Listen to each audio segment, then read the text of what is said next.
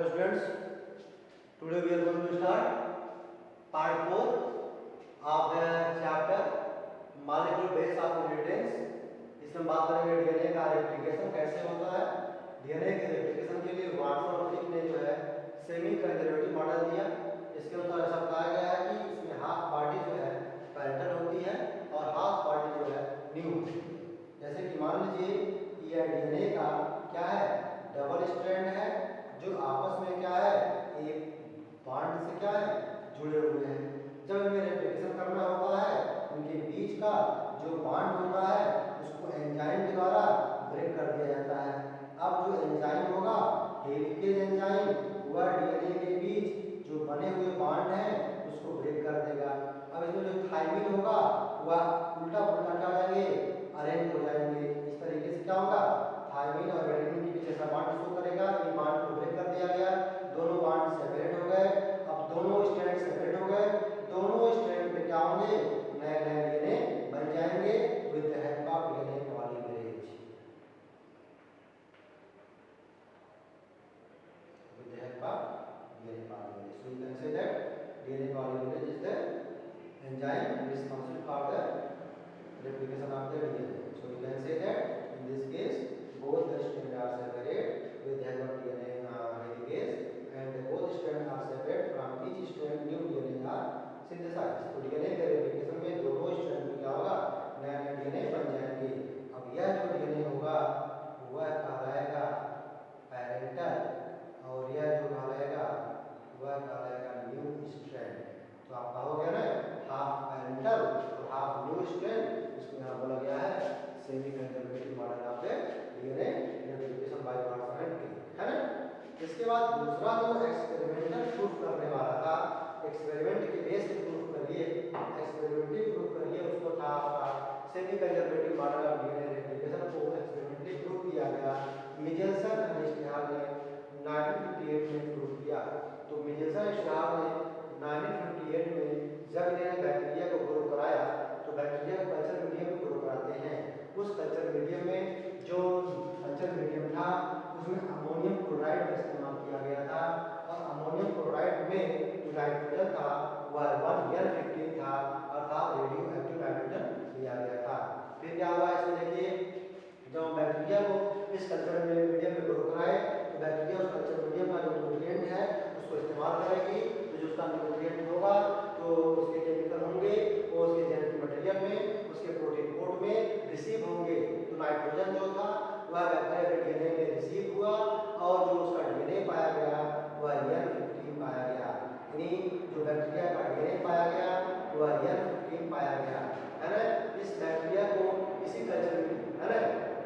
उसके बाद जब इन्होंने देखे, जब बैक्टीरिया कल्चर मीडियम में ग्रो करा लिया और बहुत सारे बैक्टीरिया हो गए, तो उन बैक्टीरिया में जो डीएनए पाया गया वह N15 वाला पाया गया। अब उस बैक्टीरिया को उठा करके एक दूसरे कल्चर मीडियम में इंसर्ट कराया गया जो अमोनियम क्लोराइड ही था, लेकिन N14 था, नॉर्मल नाइट्रोजन था, यहाँ रेडियो एक्टिव नाइट्रोजन है। तो जब नॉर्मल नाइट्रोजन वाले कल्चर मीडियम में डाला गया तो आप देखा एक पाया गया कि एक बैक्टीरिया जो अपनी बॉडी को रेप्लिकेट करता है और दो बैक्टीरिया बनते हैं, उसमें दो डीएनए बनता है। एक डीएनए जो होता है वह जो पैरेंटल है वह N15 है, इसका भी N15 है, लेकिन जो एक पे दूसरा बना वह किस कल्चर मीडियम का बनेगा, N14 वाले का बनेगा। फिर यही बैक्टीरिया जो है फिर रेप्लिकेट करेंगे, देखेंगे जो N15 वाला होगा वह हमेशा N14 को बनाएगा और जो N14 वाले होंगे वह N14 को ही बनाएंगे। तो कल्चर मीडियम में क्या है, N14 जो है, इसीलिए जिस बैक्टीरिया में N14 होगा वह N14 को बनाएगा, और जिस बैक्टीरिया के डीएनए में N15 डीएनए पाए जाएंगे वह N14 को ही बनाएंगे। N15 वाले भी N14 को बनाएंगे और जो N14 वाले होंगे वह N14 को बनाएंगे। तो अब हम इसको अगर रिवर्स करते हैं, बैक्टीरिया को N15 में ग्रो कराना शुरू करें तो N14 वाले जो होंगे वह N15 को बनाना शुरू करेंगे। इससे कहा गया है कि जो हाफ पार्टी होती है वो पैरेंटल होती है और जो हाफ पार्टी होती है वह न्यू होती है। इसी को बोला गया है semi conservative model of DNA by experimentally proof Meselson and Stahl, है ना। इसके बाद हम बात करेंगे इसमें कुछ एंजाइम काम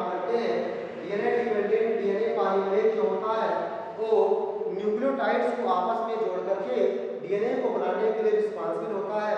सो we can say that DNA polymerase help in the polymerization of the nucleotides. Helicase जो होते हैं वो डीएनए के बांड को ब्रेक करके डीएनए फॉर्क मॉडल बनाते हैं, और डीएनए जो लाइगेज होता है वो है दो फ्रेगमेंट के बीच को, दो फ्रेगमेंट को आपस में जोड़ने का काम करता है।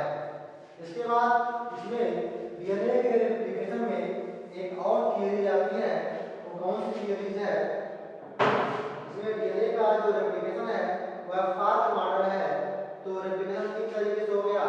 अब डीएनए का जो रेप्लिकेशन है, डीएनए रेप्लिकेशन जो है वाटोप्रिक का था, DNA replication fork. Replication fork में क्या होता है? मान लीजिए यह डीएनए के स्ट्रैंड है, यह 3 डैश से और ये 5 डैश है, और ये 5 डैश से 3 डैश है, इनके बीच जो है ये बॉन्ड बने हैं। इस डीएनए के फ्रेगमेंट का, जो डीएनए बहुत बड़ा होता है, पूरे फ्रेगमेंट का रेप्लिकेशन एक साथ नहीं होता, केवल कुछ पार्ट ही रेप्लिकेशन में पार्टिसिपेट करते हैं। So we can say that those part of DNA who participate in the replication known as the replicon. यह रेप्लिकॉन का रहेगा, इसको बोलते हैं यूनिट ऑफ रेप्लिकेशन। अब इसमें क्या होगा? जब रेप्लिकॉन बनेगा, इसके जो बांड होंगे वो ब्रेक हो जाएंगे और ये कुछ ऐसे बन जाएगा, है ना? जब ऐसे बन जाएगा तो यहाँ पे दो जो है, 3 जो है प्रोटीन लगे रहेंगे, SSB, इनका नाम है SSBPS, single stranded binding protein.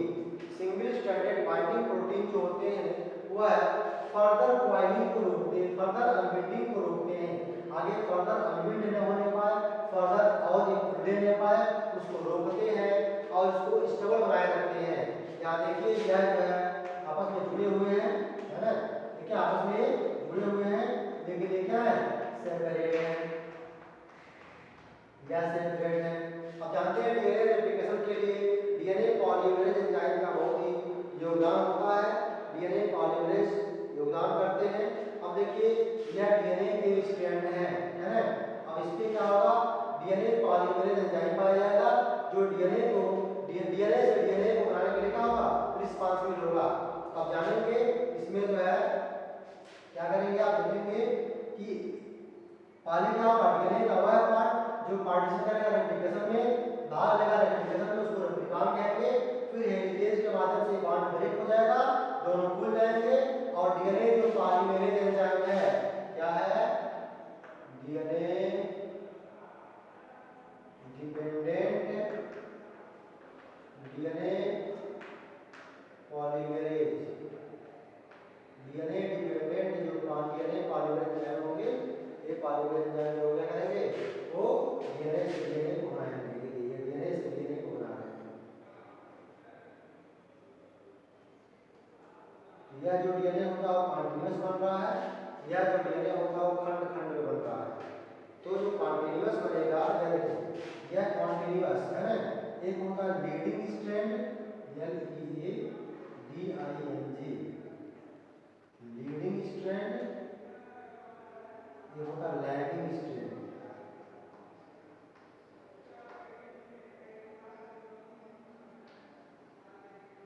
तो जो लीडिंग स्ट्रैंड होते हैं वो कॉन्टिन्यूअस डीएनए को बनाते हैं, और जो लीडिंग स्ट्रैंड होते हैं वो डिसकंटिन्यूअस स्ट्रैंड को बनाते हैं। यह आपका कॉन्टिन्यूअस कहलाएगा, मतलब कि लगातार इसमें डीएनए स्ट्रैंड बन रहे हैं, इसमें खंड खंड में बन रहे हैं, इसलिए इसको बोलते हैं discontinuous, discontinuous strand, discontinuous strand बनाते हैं।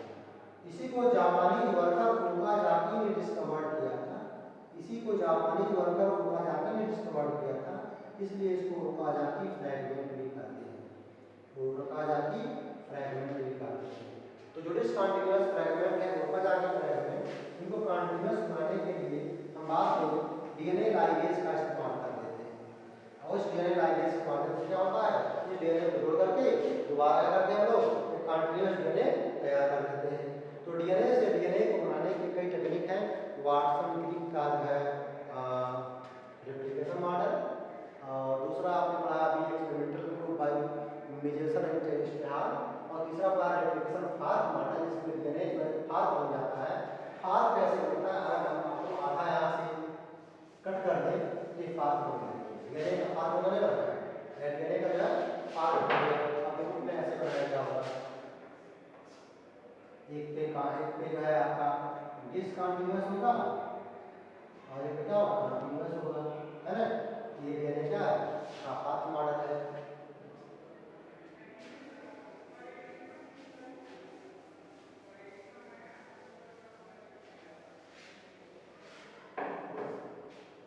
तो इसके 3 स्टेप होते हैं। पहला होता है इनिशिएशन, दूसरा होता है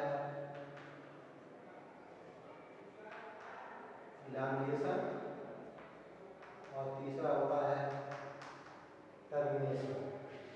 इनिशिएशन में क्या होगा, डीएनए के बॉन्ड ब्रेक हो जाएंगे, और इलांगेशन में क्या होगा, आरएनए पॉलीमरेज आकर के जुड़ जाएंगे और पॉलीमराइजेशन ऑफ न्यूक्लियोटाइड्स जो है होता रहेगा। और जब पूरा न्यूक्लियोटाइड्स बन जाएंगे लास्ट में क्या होगा, टर्मिनेशन, ताकि रेप्लिकेशन क्या हो जाए, क्लोज हो जाए। तो इनिशिएशन का मतलब होता है शुरुआत करना, और टर्मिनेशन का मतलब होता है बंद कर देना। तो इसमें दो चीजें होती हैं, 3 स्टेप है, इनिशिएशन, इलांगेशन एंड टर्मिनेशन। इसमें डीएनए के बैंड का अनविंडिंग होना, डीएनए पॉलीमरेज का अटैच होना, न्यूक्लियोटाइड्स का पॉलीमराइजेशन होना, और इस पॉलीमराइजेशन को बंद करना है, इसका टर्मिनेशन। ठीक है ना, 3 स्टेप में जो है होता है। तो डीएनए का रेप्लिकेशन बेटा बहुत ही इंपॉर्टेंट होता है, इसको आप पढ़ लीजिए, और तीनों तरीके से पढ़ेंगे, वाटसन क्रिक के द्वारा भी, मेजरसन और टेलिस्टेहाल के द्वारा भी, और जो है आपका क्या है रेप्लिकेशन फार्क मॉडल के द्वारा भी पढ़ेंगे, है ना। इसके बाद आगे हम लोग पढ़ेंगे ट्रांसक्रिप्शन। ट्रांसक्रिप्शन क्या होता है, इसको हम लोग क्या करेंगे, नेक्स्ट लेक्चर में देखेंगे। आज के लिए इस लेक्चर में इतना ही। That's all for today, thank you.